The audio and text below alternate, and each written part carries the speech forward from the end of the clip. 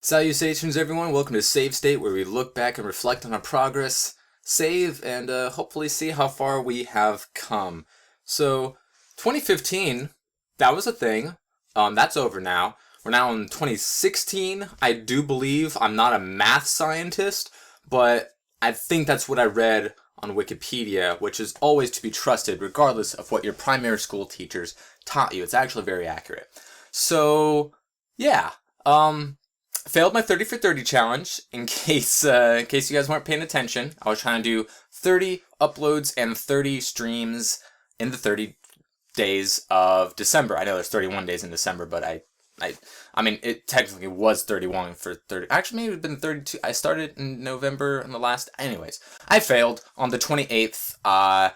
There's something I was doing that was like, no, this take 2-3 hours tops. Ended up taking 8. And I had to choose, am I going to upload or am I going to stream at a reasonable time today?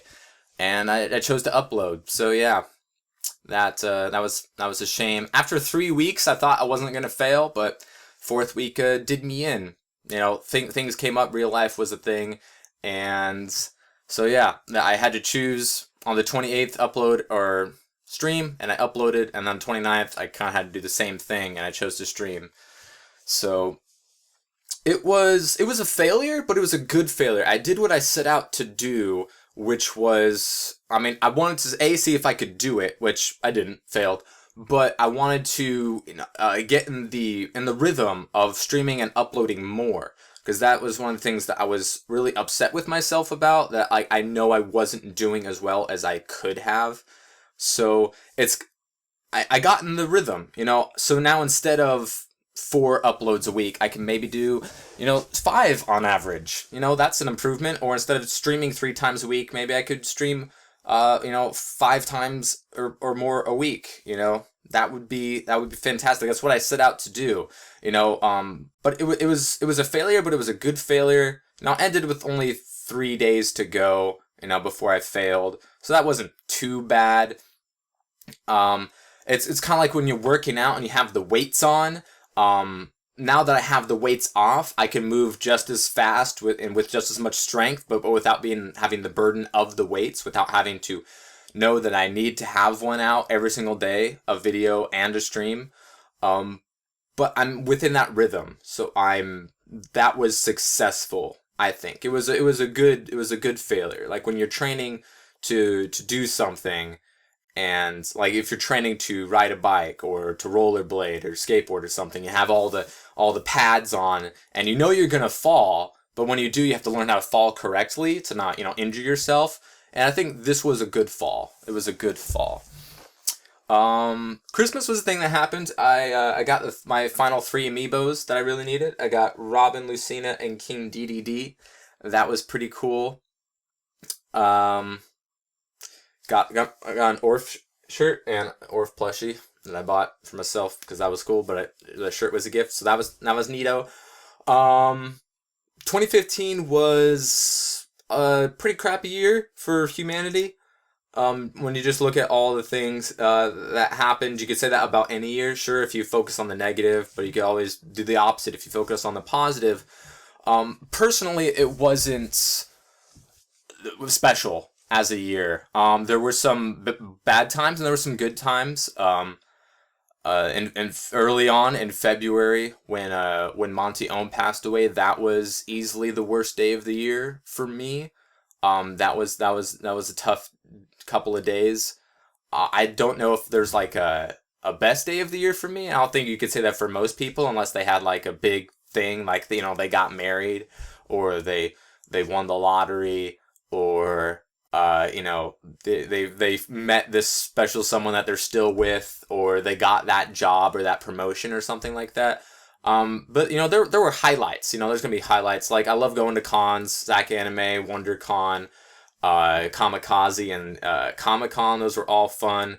Meeting a lot of awesome people. Getting to meet one of my waifus. Gotten to meet Laura Bailey.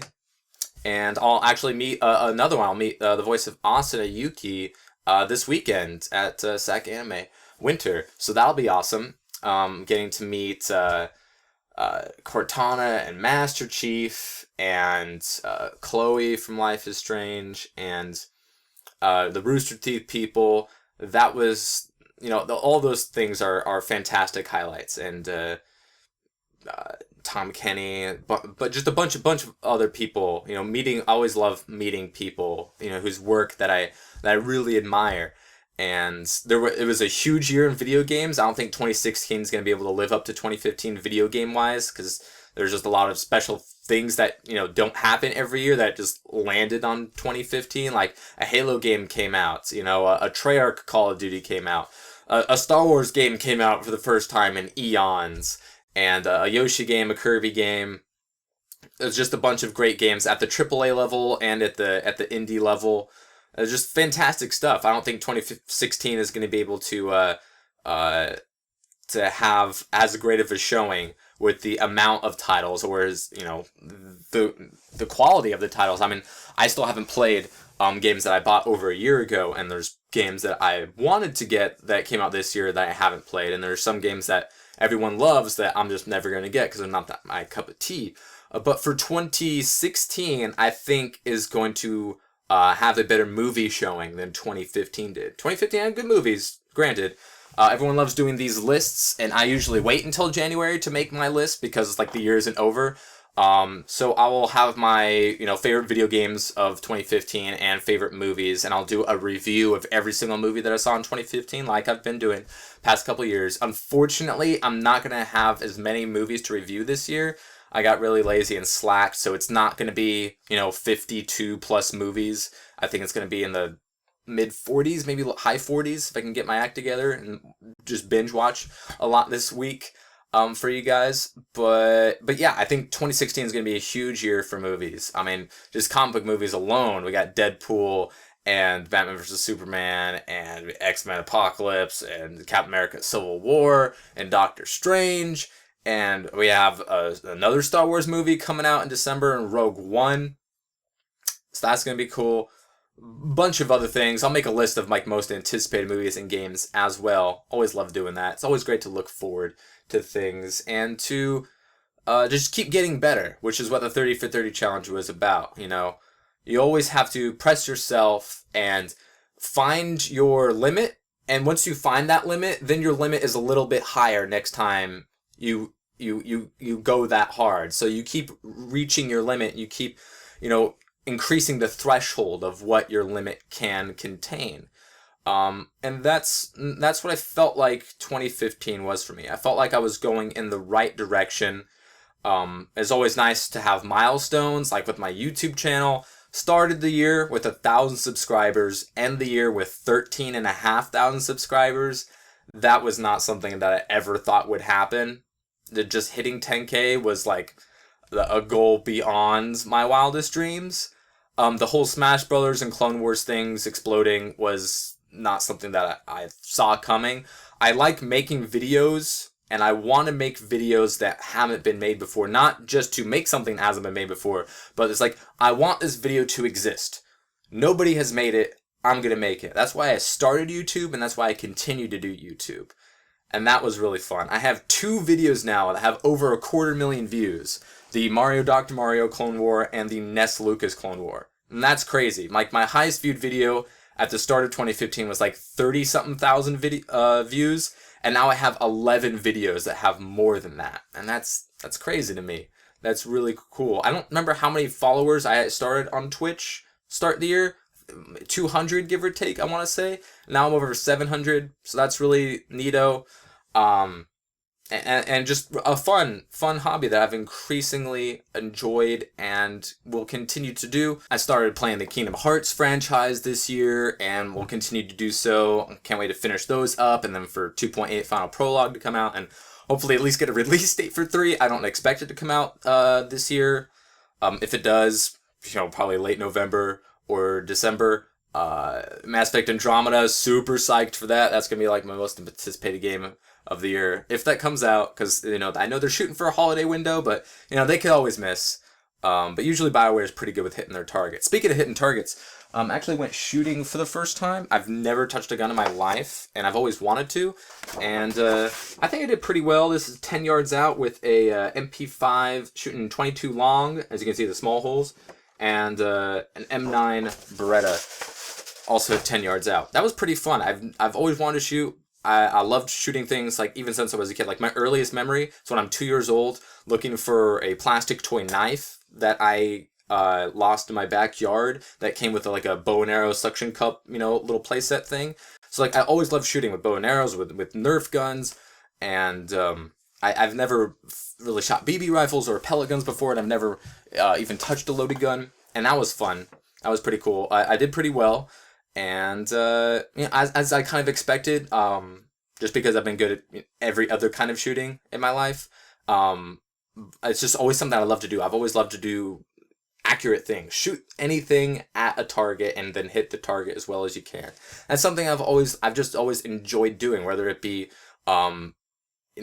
laser tag or Nerf guns, or using a crossbow at a Renaissance fair when I was like 10, or what have you, and going to the arcade and getting a high score at the Silent Scope video game.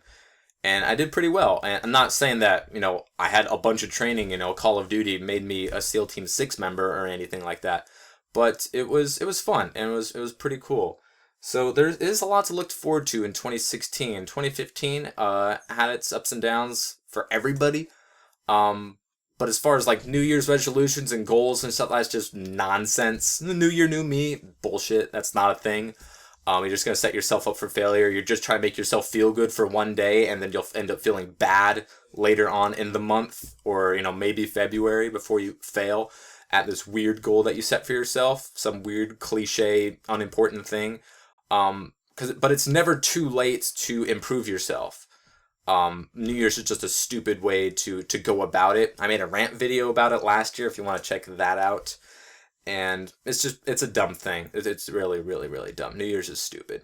But, if you're not going to stop you, then no one's going to stop you. Why wait? You're only going to waste your own time.